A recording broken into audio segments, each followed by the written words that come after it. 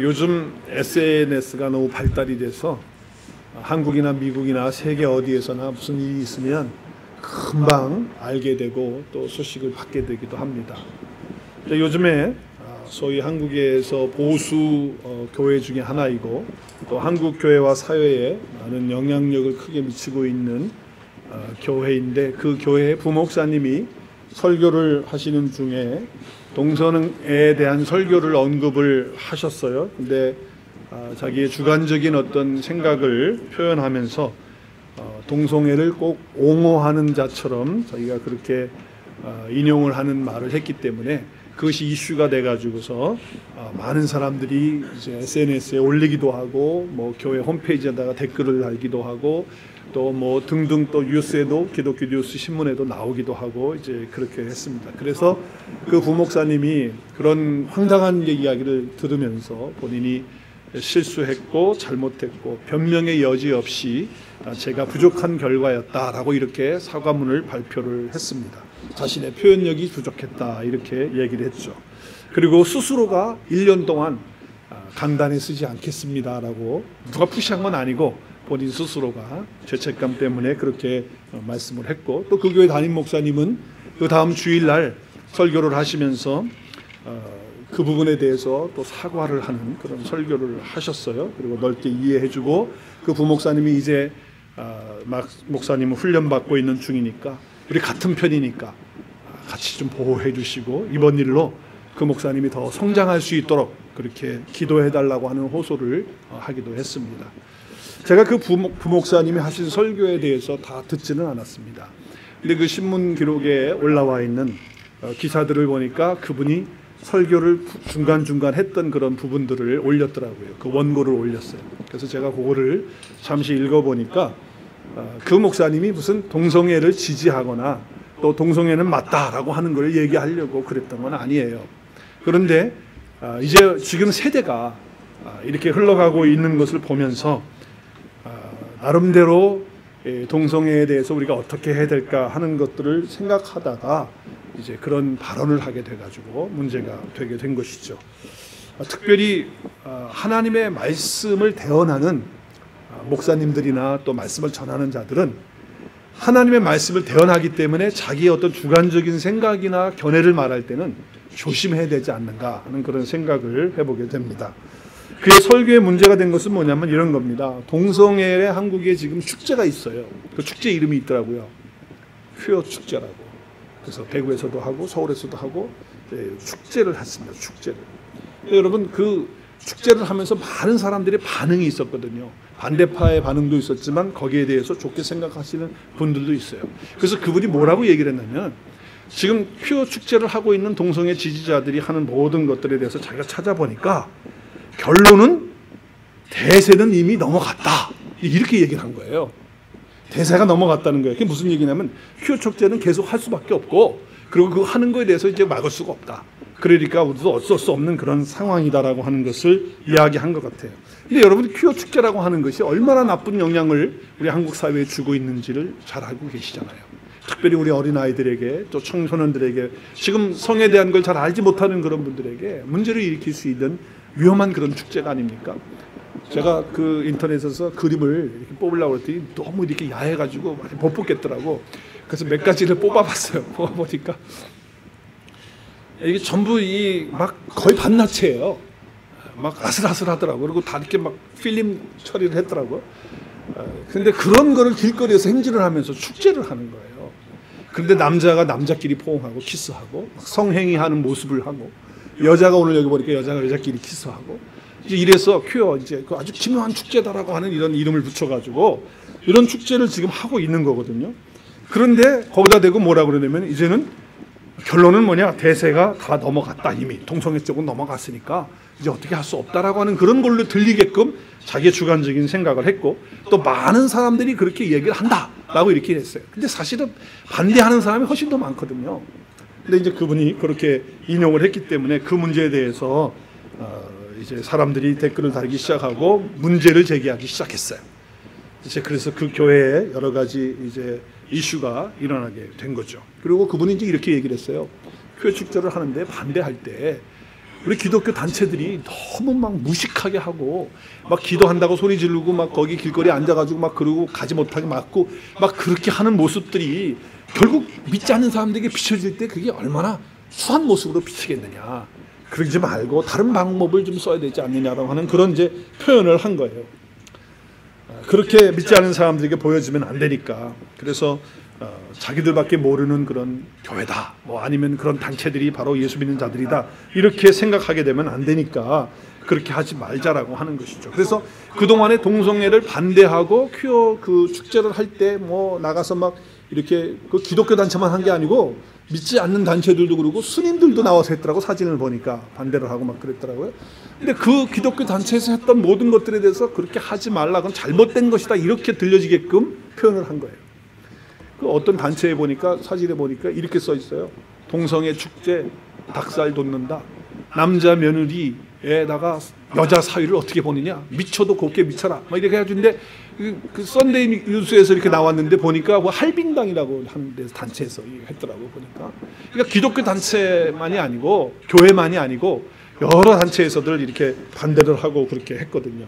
그런데 이제 너무 과격하게 하는 것에 대해서 삼가를 해야 되지 않겠느냐.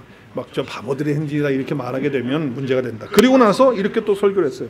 솔직히 언론과 또 모든 사람들이 어떤 자기의 정치적인 그런 이슈를 자기에게 어떤 이익을 얻기 위해서 동성애에 대한 것들을 이용하는 그런 정치인들, 또 스스로 합리적이라고 이야기하는 많은 사람들이 목소리로 인해서 동성애자들을 비난하는 것은 소위 막말로 꼰대들이 하는 것이다, 이렇게 얘기했어요. 그래서 우리 한국에서는 꼰대가 뭔지는 잘 알겠지만 여기 사시는 분들은 꼰대가 뭔지 잘 모르죠. 그 꼰대라고 하는 것은 이제 나이 많은 사람들 얘기하는 것 같고, 그리고 좀 이렇게 보수 꼴통들을 얘기하는 것 같고, 그리고 이제 우리 어릴 때 왜 선생님들이 우리가 뭐 안 하고 그러면 뭐 야단치고 이렇게 뭐 잔소리하고 그러는 사람들인데, 지금 그렇게 표현하면서 솔직한 자기 심정이라고 그렇게 얘기를 해버렸어요. 이제 그래서 이슈가 돼가지고서 나오게 됐는데, 사회 문제에 대해서 우리가 자꾸 말하게 되면 꼰대라고 하는 얘기밖에 우리가 못 듣는다, 이제 이렇게 이야기를 한 거예요. 그래서 동성애 같이 낯선 충격적인 그런 거에 대해서만 자꾸 문제를 일으키고 거기에 대해서 막 난리를 치고 이렇게 뭐 반대하고 그러지 말고, 동성애 말고도 성경대로 살지 못하는 그런 부분들이 얼마나 많은지 모른다. 왜 그런 것들에 대해서는 잠잠하고 조용하면서 동성애만 대해서만 왜 그렇게 하는지 모르겠다, 이렇게 이야기를 했어요. 그러니까 듣는 사람들은 어떻게 느낄까요? 저 사람은 지금 동성애를 완전히 찬성하고 지지하는 목사다, 이렇게 이제 찍히게 된 거예요. 이제 그러다 보니까 이슈가 된 거죠. 우리 동성애자들에 대한 우리 크리스찬들의 입장은 저는 그렇게 생각해요. 두 가지가 같이 가야 된다고 생각합니다. 첫째는 하나님이 여전히 그들을 사랑하신다고 하는 복음의 메시지가 있어야 됩니다. 그들도 한 영혼입니다. 하나님이 만들어 놓은 존재들입니다. 그런데 지금 그렇게 됐어요. 그래서 어떤 경우에는 불구자로 태어나는 경우도 있을 수 있을 것 같아요, 의학적으로 볼 때. 그래서 자기는 신체는 남자인데 여자의 어떤 그런 DNA로 또 어떤 그런 염색체로 이렇게 되어질 수도 있겠죠, 어떻게 잘못되면. 뭐 불구자들이 많이 있으니까. 그런데 거기에는 정말 소수예요, 그런 사람들은. 거의 없다고 보더라고요. 그리고 다 뭐냐? 대부분의 사람들이 다 쾌락에 의해서 자기의 즐거움과 그리고 뭐예요? 중독에 걸려가지고 그렇게 된다는 거예요. 그렇기 때문에 우리는 메시지를 전할 때 그들에게 정말 하나님께서 그들을 사랑하신다는 그런 복음적 메시지와 더불어 복음만이 그들을 치유할 수 있고 예수 그리스도만이 그들을 회복할 수 있다라고 하는 메시지를 함께 전해줘야 되는 거예요. 그것이 우리에게 중요한 거예요. 그리고 동시에 하나님이 동성애에 대해서는 죄악이라고 판정하고 있기 때문에 그 죄악에 대해서는 용서하지 않으신다, 심판하신다라고 하는 그 두 가지의 메시지를 같이 할 수 있어야 된다라고 하는 것이죠. 우리가 정말 그 바라고 싶어 하는 것들은 어떤 그 목사님이 무슨 동성애에 대한 그런 부분들에 대해서 지지하고 그런 것이 아닌 것 같아요. 근데 잘못된 그런 표현과 잘못된 적용 어프로치가 좀 문제가 된 거죠. 만약에 그렇게 되면은 우리는 세상을 따라가지 말라고 그러는데 세상을 따라가는 그런 존재가 되는 것이고, 또 어떻게 보면 반기독교적인 그런 입장에서 동성애에 동참하는 그런 모습으로 보여질 수 있기 때문에 참 지혜롭게 해야 될 필요가 있다고 생각합니다. 여러분, 미국 같은 경우는 지금 어떻게 됐습니까? 동성애가 합법화가 됐나요? 안 됐나요? 합법화 됐습니다.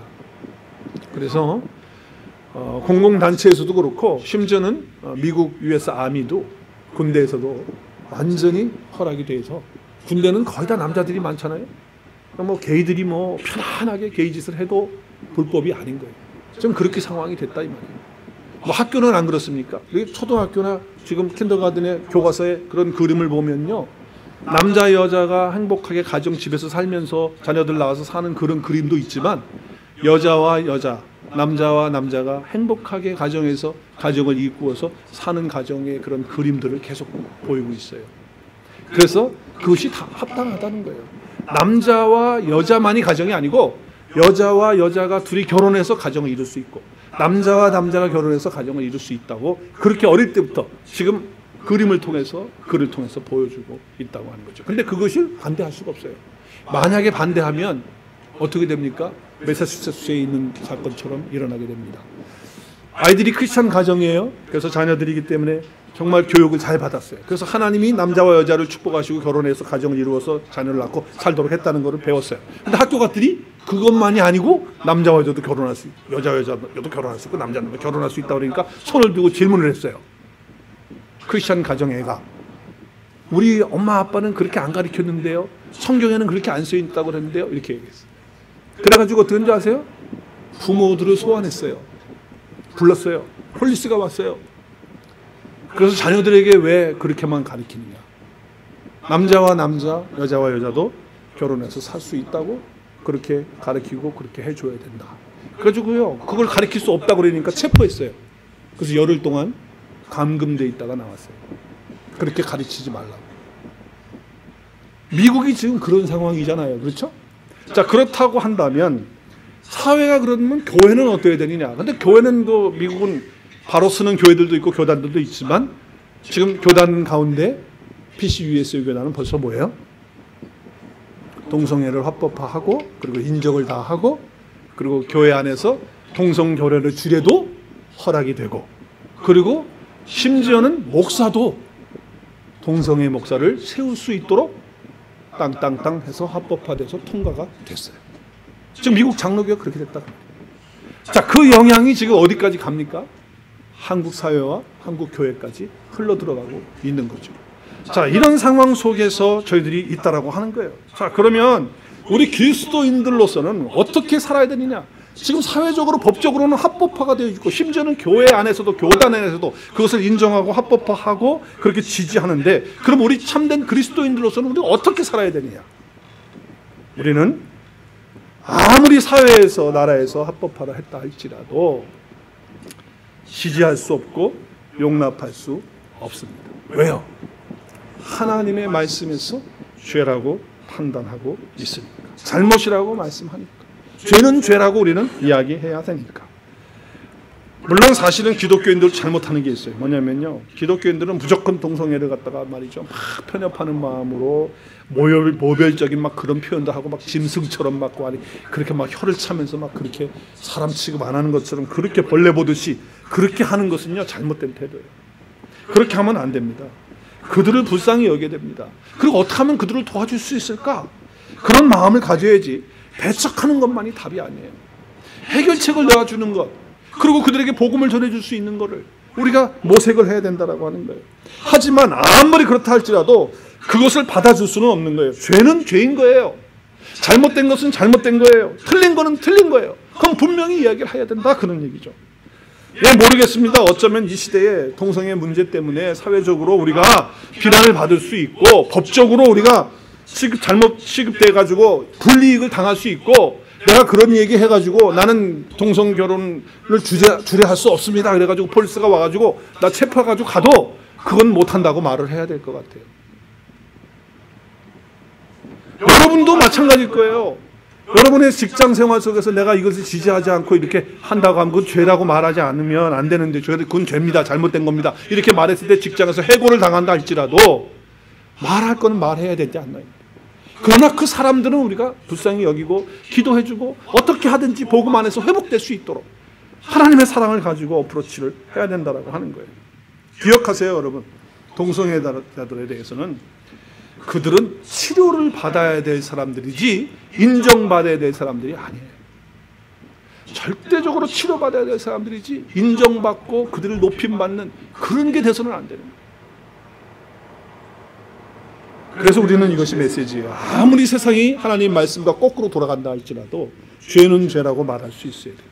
그리고 그들을 향해서 아까 제가 말씀드린 것처럼 하나님이 당신을 여전히 사랑하신다. 지금 이런 상태에도 하나님 당신 사랑하신다고 하는 복음의 메시지를 줘야 돼요. 동시에 뭐예요? 죄는 죄이기 때문에 죄에 대해서 하나님의 심판이 있다는 것을 기억하라. 하나님께 돌아와야 되고 예수 그리스도의 복음 안으로 들어와야 된다고 하는 메시지를 그들에게 줘야 된다고 하는 거예요.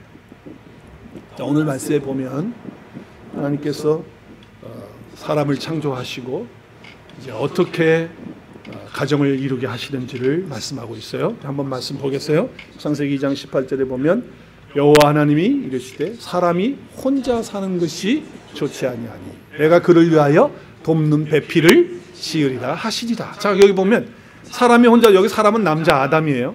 그러니까 남자가 혼자 사는 거는 좀 더 많이 추해 보이는 것 같아요. 여자가 혼자 사는 것보다. 근데 어찌됐든 지간에 혼자 사는 게 별로 좋지 않아요. 주님이 보실 때. 그래서 어떻게 했어요?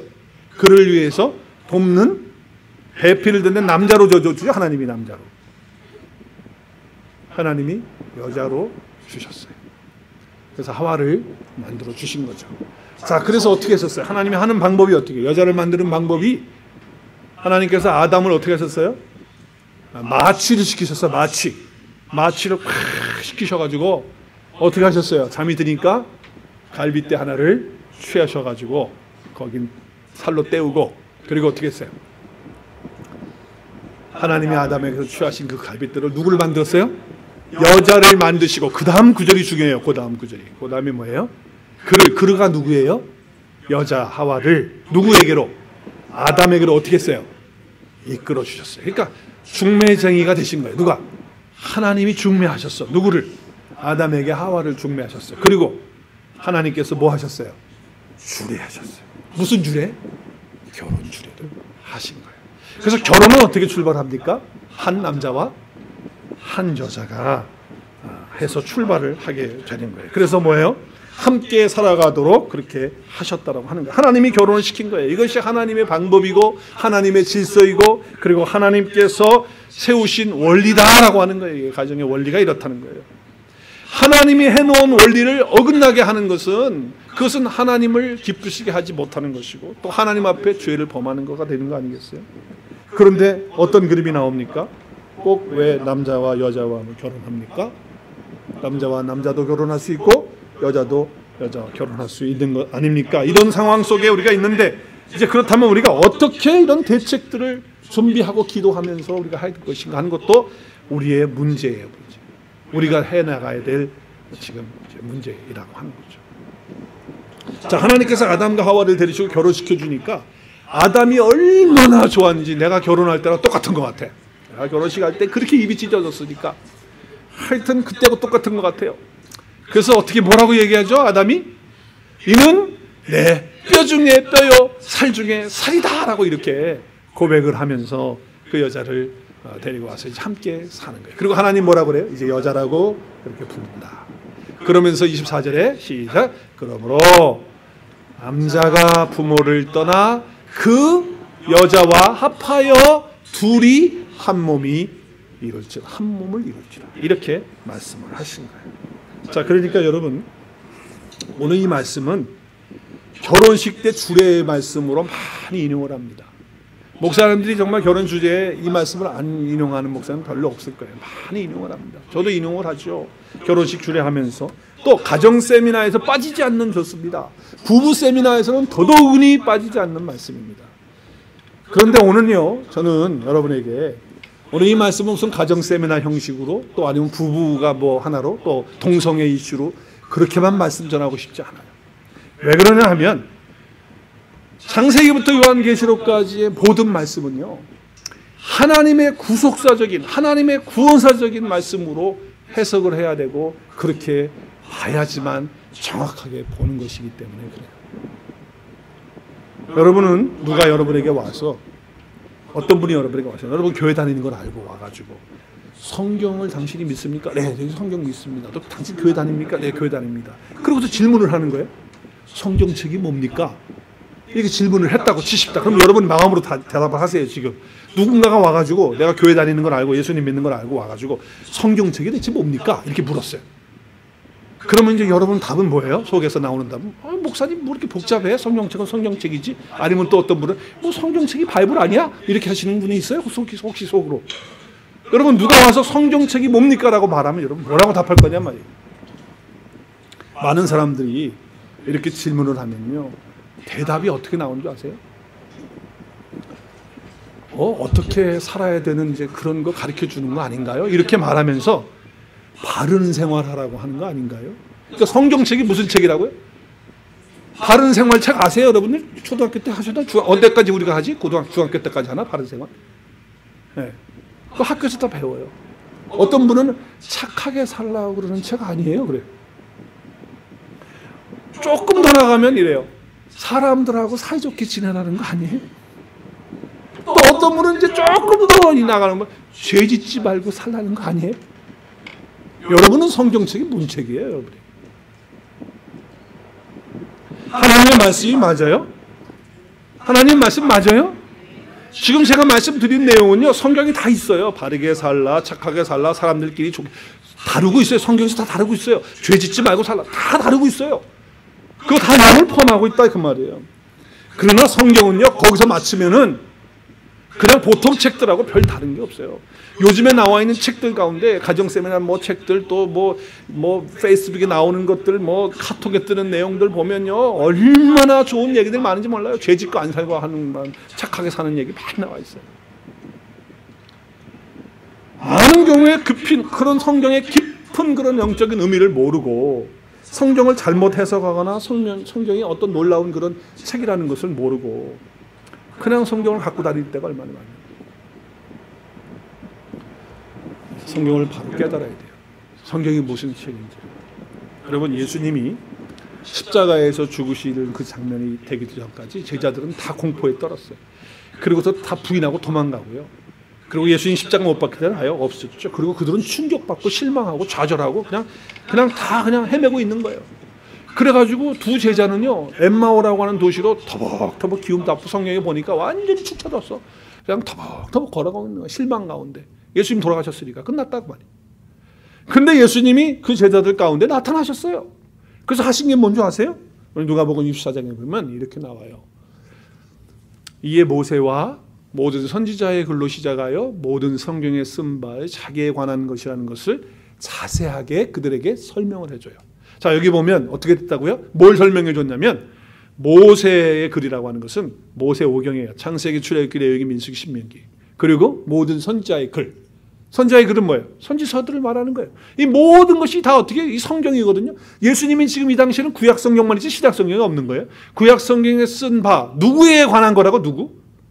예수님 자기 자신에게 관한 거라고 그 두 제자에게 자세하게 설명을 해 주시는 거예요. 지금 엠마오로 가고 있는 제자에게.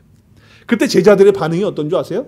제자들의 반응은요, 예수님이 그렇게 말씀을 설명해 줄 때 그 마음속에서 뜨거운 것이 올라오는 거예요. 뜨거운 것이. 그 성경을 풀어줄 때 그걸 깨달으면서 마음이 뜨거워졌다고 그랬어요. 그런 표현을 했다고요. 이게 무슨 얘기냐면 성경이라고 하는 것이 이게 뭐라는 것을 진짜 알았다는 거죠.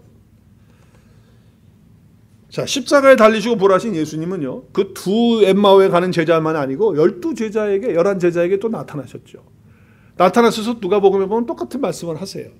뭐라고 말씀하시냐면 그들에게 똑같은 말씀하세요. 모세의 율법과 선지자의 글과 시편까지 나와요. 시편, 욥기, 시편, 잠언, 전도하가 다 말하는 거예요. 시가서를 말하는 거예요. 그게 다 누구를 가리켜서 하는 말씀이에요?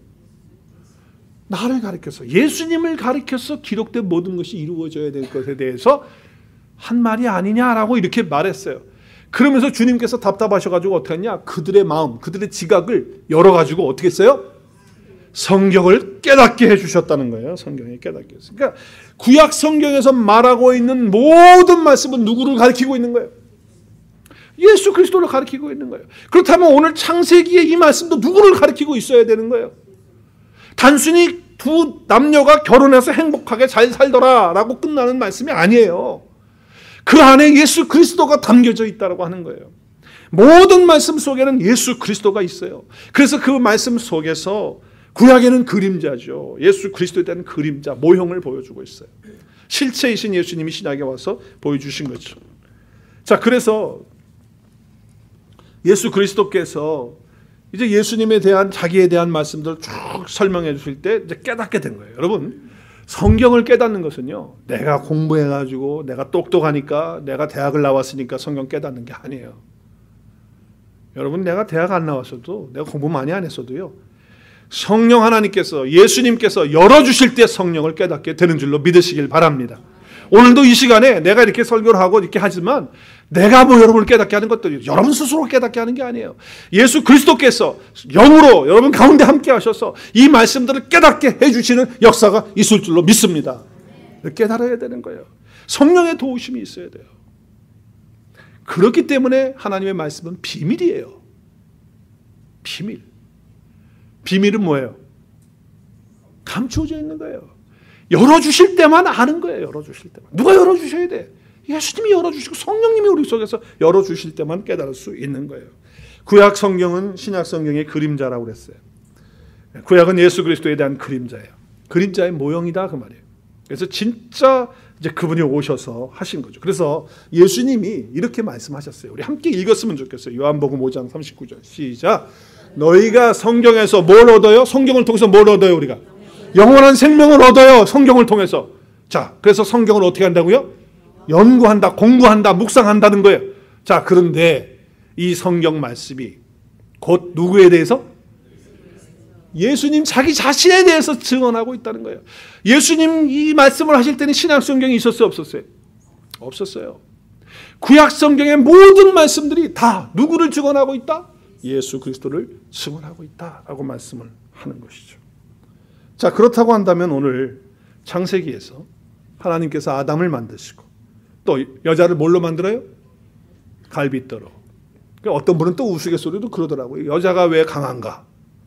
남자는 흙으로 만들었고 여자는 갈빗대로 만들었으니까 여자가 더 강하다. 우스갯소리를 하는데, 자, 그런데 오늘 갈빗대로 만들어서 어떻게 했어요? 하나님이 결혼시켰잖아요. 그렇죠? 그래서 둘이 연합해서 한 몸 이루어서 살아가고 자녀 낳고 그렇게 살도록 하는 것이 결혼의 의미예요. 그렇죠? 진정하는 거예요. 맞아요. 그렇게 결혼시켰어요. 그런데 거기서 끝나면 안 된다고 그랬잖아요. 지금. 그러나 결혼의 의미는 그렇다 그 말이에요. 그러면 성경책이 결혼책입니까? 성경이 말하는 결혼의 진정한 의미, 오늘 지금 이 아담과 하와를 통해서 한 몸 이루게 하시는, 연합하게 하시는 이것에 대해서 우리가 분명히 알아야 된다는 거예요. 그건 뭐냐? 모든 말씀에 누구를 증언하고 있다고요? 예수 그리스도. 그러면 예수 그리스도와 그분. 그래, 아담이 누구로 모형을 하고 있냐면 지금 예수 그리스도. 첫째 아담으로서 예수 그리스도를 모형적으로 보여주고 있고, 하와를 신부된 저와 여러분으로 지금 모형을 하고 있는 거예요. 그래서 우리가 절대 버릴 수 없고 절대 놓칠 수 없는 것은 예수 그리스도와 그분의 신부되는 교회와의 연합을 그 말씀을 통해서 하고 있다는 거예요. 자, 오늘 이 장에 보면 하나님께서 아담의 갈빗뼈를 빼서 그렇게 만드셨어요. 결혼하게 하셨죠. 그래서 뭐 결혼 세미나 하시는 분들은 뭐 여기서 뭐 머리에서 뽑지 않고 뭐 목에서 뽑지 않고 여기서 뽑은 거는 옆에서 같은 동반자기 때문에 그렇고 뭐 가슴에 품고 다니라고 그래서 그렇고 가슴으로 사랑하라고 그래서 뭐 별 얘기를 다 하죠. 만약에 여기서 뽑았더라면 막 갖고 놀 거예요, 남자들. 그러니까 안 된다 그러고, 또 목에서 뽑으면은 이 목이 다 머리를 좌우하잖아. 그러니까 안 된다 그러고 뭐 별 그런 얘기를 다 하는데 지금 그런 얘기가 아니에요.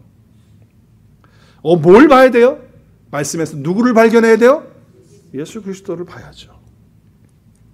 자, 그래서 사도 바울은요, 정확하게 성령의 감동을 통해서 이 말씀을 봤어요.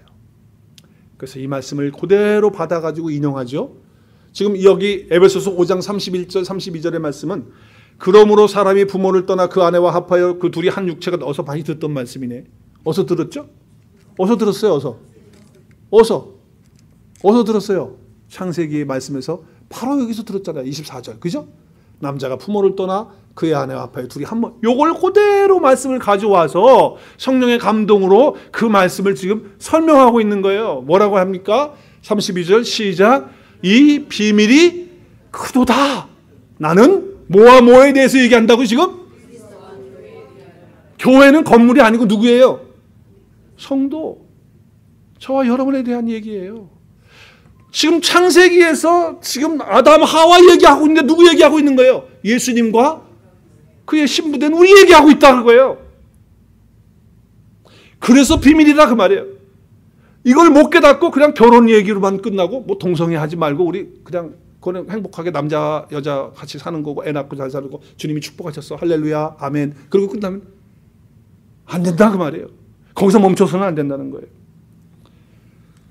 창세기 2장의 결론은 결혼 생활도 포함이 되지만 예수님과 나와의 신부된 나와의 그런 연합된 관계를 설명하고 있는 거예요. 우리의 삶이나 우리의 말이나 행동을 통해서 하나님의 영광이 드러나는 건 바로 주님과 연합되었을 때 가능하다는 거예요. 크리스찬들은 결혼 생활 깨끗하게 해야 돼요? 그러면 지저분하게 해야 돼요? 비밀 가운데 있는 사람들이니까 육체적으로 결혼해서 사는 것도 깨끗하게 바람 피고 그러면 안 되고 추잡하게 남자 여자 그런 짓 하면 안 되고 예수 그리스도 한 분임을 드러내는 결혼 생활을 해야 된다 그 말이에요. 배우자만 또 사랑하고 그러는 게 아니죠. 배우자도 사랑하고 주님도 사랑하는 그런 관계가 돼야 된다고 하는 것을 설명하고 있는 거예요. 그래서 성경을 어떻게 보느냐, 그냥 뭐 어떻게 살아가느냐라고 하는 그런 책이 아니라는 거예요. 착하게 살라고 하는 책이 아니라는 거예요. 우리에게 은혜를 베풀어 주시고 사랑과 긍휼을 베풀어 주시는 책이고 성경은 우리에게 주어진 유일한 구원자이신 예수 그리스도를 설명하고 있는 책인 줄로 믿으시기를 바랍니다. 그래서 그분을 발견하고 그분을 믿게 되면 우리가 의롭게 되어지는 것이고 그분 사랑 가운데 들어가는 것이고 그리고 내가 얼마나 죄인이라는 사실을 내가 깨닫게 되는 거예요. 하나님 앞에 서면 설수록 또 하나님 앞에 내가 연합되면 되어서 주님 앞에 가면 갈수록 성경을 읽으면 읽을수록 성경을 깨달으면 깨달을수록 발견하는 건 뭐냐? 내가 죄인이라는 거예요. 그래서 사도 바울은 뭐라고 고백한 줄 아세요? 이렇게 고백해요. 처음에는 사도들 중에 가장 작은 사도가 자기래. 그리고 이제 한 단계 더 나가가지고 모든 성도들 중에 가장 지극히 작은 자가 바로 자기래. 그리고 또 한 단계 더 나가가지고 모든 죄인들 중에 괴수가 바로 자기래. 은혜를 받으면 받을수록 성경을 알면 할수록 하나님과 내가 연합되면 알면 할수록 내가 누구인가를 깨닫게 되는 거예요. 그래서 예수 그리스도가 아니고는 나는 불가능하구나. 나는 예수 그리스도가 아니고는 나는 천국 갈 수도 없고 제사함 받을 수 없고 그리고 하나님과 연합될 수도 없는 존재구나. 예수 그리스도만을 붙들어야 하는구나 하는 것을 깨닫게 되는 것이죠. 자, 그래서 아담은 예수 그리스도의 모형이라고 하는 것에 대해서 잘 생각하지 않는데 오늘 여기 지금 갈빗대 하나를 뽑으셔서 이렇게 하셨다고 하는 거예요. 여러분 성경에 보면 첫째 아담이 여기 지금 창세기 1장에 창조된 아담이에요. 그리고 둘째 아담, 마지막 아담은 누구세요? 예수 그리스도를 이야기하는 거예요. 자, 그런데 가만히 한번 보세요. 지금 갈빗대를 이렇게 빼는 거하고 그리고 부모를 떠나는 걸 한번 생각해 보세요. 그걸 영적으로 한번 첫째 아담과 둘째 아담 예수 그리스도 한번 비유해서 한번 생각해 보세요. 이거 모형이거든요. 자, 예수님은 자기 생명의 대가를 치르기 위해서 그 신부를 얻기 위해서 아버지 집을 떠났어요. 하나님 아버지의 영광의 보좌의 자리를 떠나셨어요. 오늘 여기 부모를 떠난다고 하는 거 한번 대조해서 한번 첫째 아담과 마지막 아담을 한번 비교해 보자는 거예요.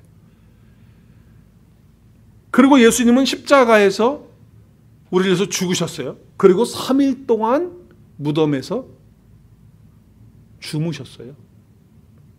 무덤 속에 계신 거예요. 자, 그래서 지금 갈빗대를 뽑는 그 상황이 어떻게 됐어요? 깊이 아담을 어떻게 하셨어요?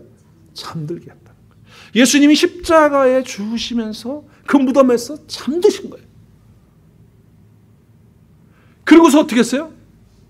그 갈빗대로 여자를 만들어서 아담과 하와가 연합되게 했어요. 자, 예수 그리스도께서 십자가에서 죽으시고 무덤에 계시다가 잠드셨다가 부활하셔서 죽으셨다가 부활하셔서 우리를 새로운 존재로 부르셔서 그리스도와 함께 신랑 신부가 되게 하셔서 연합되게 하셨어. 맞아요, 안 맞아요? 지금 영적인 비밀이 이 말씀 가운데 지금 담겨져 있다라고 하는 거예요. 자, 그래서 오늘 여기에 말씀에 보면 똑같이 얘기를 하고 있잖아요. 뭐라고 얘기를 합니까? 남편들아 아내 사랑하기를 그리스도께서 교회를 사랑하시고, 이게 지금 영적으로 비유하고 있잖아. 첫째 아담과 마지막 아담을 비유하고 있잖아. 자기 자신을 다 줬다는 거예요. 그리고 이는 물로 고시서 말씀으로 어떻게 했다고요?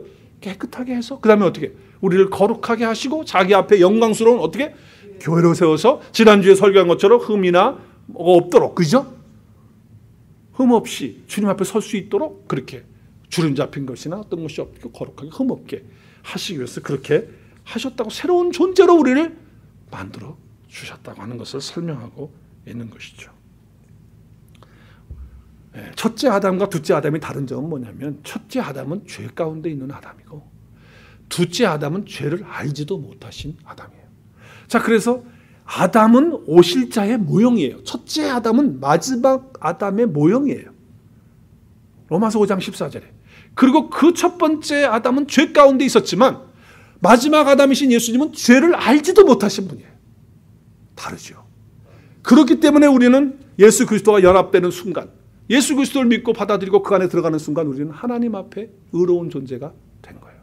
내가 의로운 행위를 했기 때문이 아니고 하나님께서 예수 그리스도와 연합되는 그 순간을 통해서 우리를 의롭다고 인정해 주시는 그런 역사가 이루어진 거죠.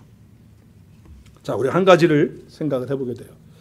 연합이라고 하는 것에 대해서 왜 자꾸 내가 얘기를 하냐면, 갈빗대라고 하는 것 때문에 그래요. 여러분, 지금 아담을 깊이 잠들기 위해서 갈빗대를 가지고 취해서 여자를 만들었는데, 갈빗대라고 하는 히브리어를 한번 우리 발음해 보겠어요. 히브리어 갈빗대 시작. 젤라흐. 네, 젤라흐. 네. 뜻은 무슨 뜻이에요?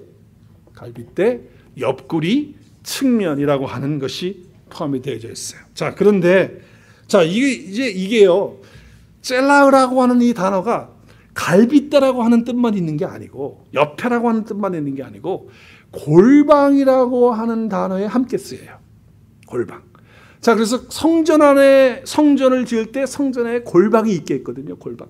근데 그 골방이라고 하는 단어가 젤라흐하고 같은 단어예요. 그래서 열왕기상과 에스겔과 성전에 대한 얘기를, 솔로몬의 성전을 질 때, 그 성전을 질 때 뭘 같이 만드냐면, 열왕기상 6장 5절 같이 읽게요. 시작. 또 성전의 벽, 곧 성소와 지성소의 벽에 연접하여 돌아가며 다락들을 건축하되 다락마다 돌아가며 뭘 줘요?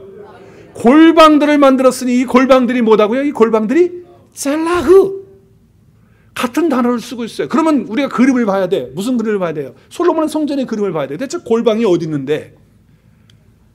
이게 보아스라고 하는 거, 야긴이라고 하는 기둥이 있죠. 성전에. 아시죠? 솔로몬 성전. 그리고 이제 들어가는 입구가 있어요. 그럼 여기는 뜰이고, 여기는 성소예요. 성소. 그리고 여기는 지성소예요. 위에서 이제 본 거예요. 그 성소, 지성소에서 하나님을 만나죠. 법궤 그 시은자에서 만나는데, 그런데 지금 여기서 이제 금촛대하고 떡상하고 분향단하고 있죠. 이제 그리고서 옆에 보면 요 옆에 골방이 하나 서 있죠. 골방들을 이렇게 다 층층이 다 해서 사이드에다가 붙였어요. 그래서 평면으로 한번 보겠어요. 평면으로 보면 현관이 있고 입구가 있고 성소가 있고 금촛대가 있고 떡상 12개 있죠. 12지파 상징하는 7촛대, 금양단이 있고 기도의 의미죠. 그리고 여기 휘장이 있죠. 지성소에 언약궤가 있어요. 이 안에 3가지 것 들어있죠. 자, 그래서 하나님이 여기 들어가서 만났는데, 요 옆 성소를 기준해서 어떻게 해요? 이게 다 뭐예요? 여기 다 골방이에요. 그래서 옆에 같이 붙어있는 갈비뼈와 같은, 그렇기 때문에 골방이라는 단어를 쓰는 거예요. 젤라흐라고 하는 단어를 여기다 썼어요. 골방.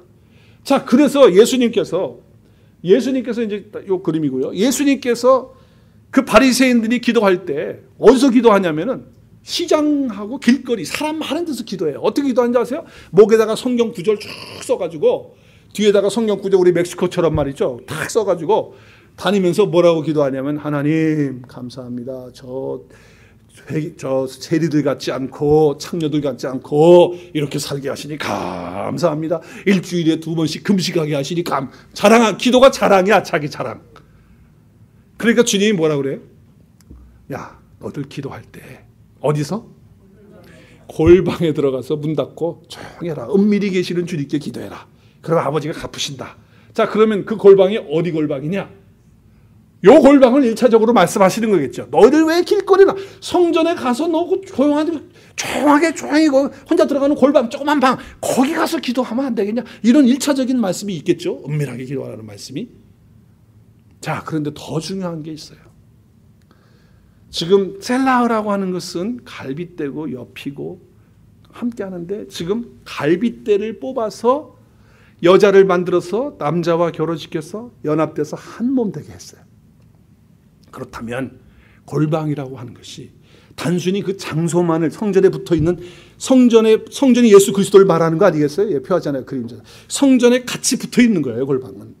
그렇기 때문에 이 갈빗대라고 하는 셀라흐의 단어를 쓰면서 우리가 기도할 때 어떤 장소가 골방 그런 장소가 중요한 게 아니라 주님과 함께 연합돼서 기도하고 있느냐, 내가 그리스도 안에 들어가서 기도하고 있느냐, 나 혼자 기도하는 게 아니고 주님이 나와 함께 계시면서 지금 기도하고 있느냐라고 하는 것을 보라는 거예요. 우리는 주님이 어디 계신지 몰라. 그래가지고 주여 안 보여 어디 계신지.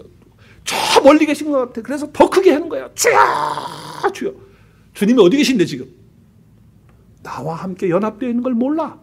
그리고 기도하니까 맨날 자기 기도만 하는 거야. 자기 기도만. 주님하고 상관없는 기도만 한다 그 말이에요. 그러니까 주님은 골방에서 기도하는 거야. 나와 함께 기도할 수 없겠니? 내 안에서 기도할 수 없겠니? 왜 너 혼자만 기도하려고 그러니? 연합이라고 하는 것은 바로 그거예요. 주님과 우리가 연합되어지는 신앙생활을 해야 돼요. 교회를 어려서부터 저는 못해서부터 교회를 다녔는데 예수님과 내가 연합되지 않는다면요, 교회 다녀봐야 헛걸음이에요. 헛걸음. 아무리 기도를 하고 철야를 하고 금식을 하고 기도한들 주님 안에서 기도하지 않고 주님과 함께 기도하지 않으면, 제가 너무 많이 상처받았던 거 있거든요. 그 내가 지난주에 했나? 그 뽑기 할 때 뽑았을 때 꽝 나오는 거. 내가 그때 어렸을 때 너무 상처를 많이 받아서 말이죠. 꽝이 되는 거예요. 꽝이 되는 거예요. 아무것도 아닌 거예요. 아무리 봉사 많이 하고 착한 일 많이 하고 뭐 선교한다고 뭐 나가서 뭐 가서 도와주고 뭐 많이 했어도 주님과 함께 하지 않으면 아무것도 아닌 것이 된다. 그런 얘기죠. 자, 그래서 오늘 말씀을 통해서 하나님은 부부간의 남녀와의 관계를 통해서 주님과 나와의 관계를 말씀하시는 거예요. 오늘 우리는 점검해야 돼요. 셀라흐, 정말 주님이 나의 갈빗대처럼 내가 이 안에 같이 붙어 있는 것처럼 내가 주님 안에 있고 주님이 내 안에 있어서 주님이 내 안에 연합되어져 있는 그런 신앙생활하고 그런 기도생활하고 그런 내 가정생활하고 있고 그런 직장생활하고 있고 그런 나의 학교생활하고 있는 것인지, 아니면 나 혼자 하는 건지, 오늘 말씀을 통해서 우리는 돌아보고 점검해 봐야 돼요. 누구와 연합이냐 말이에요. 누구하고. 그리스도와의 연합이다라고 하는 것을 오늘 말씀을 통해서 고백하면서 내 뼈 중에 뼈요 살 중에 살이라고 하는 믿음의 고백, 신앙의 고백을 할 수 있기를 바랍니다. 우리를 구원하시기 위해서 기가 막힌 얘기 하셨잖아요. 인간의 몸을 입고 인간의 모양으로 이 땅에 주님이 오셨어요. 우리는 다 타락했기 때문에 태어날 때부터 우리는 어떻게 해요? 죄인이었기 때문에, 죄 없는 사람 아무도 없기 때문에 스스로 구원할 수 있는 사람은 이 땅에 아무도 없어요. 누구 한 사람도 자기 스스로 구원할 수 있는 사람이 없어요. 아무리 착한 일 많이 한들 안 돼요. 죄 짓지 않고 살아보려고도 안 돼요. 우리 어제 직분자 훈련하면서도 제가 말씀드렸어요. 우리의 노력으로 되느냐 말이에요. 안 돼요. 천국 못 가요. 우리의 노력으로는. 죽었다 해도 못 가죠. 주님이 약속하셨기 때문에 내가 주님 영접하고 주님 믿고 주님과 연합되면 천국 누리고 천국 가지고 그리고 천국 가기 때문에 주님 때문에 가는 것이다. 우리 주님께서 우리를 위해서 고통당하셨어요. 그리고 죽으시고 부활하셨어요. 살아나셨어요. 그래서 그 살아나신 주님이 나와 연합되면 사망이 우리 가운데 없는 줄로 믿으시기를 바랍니다. 영원한 생명이 우리 가운데 있는 것이에요. 사망은 더 이상 우리 가운데 없는 거예요. 생명의 역사가 우리 가운데 이루어졌다 그 말이에요. 이것이 하나님의 구원의 역사예요. 하나님의 창조의 그 역사가 완벽한 것처럼 구원의 역사도 완벽한 구원의 역사라고 하는 것입니다.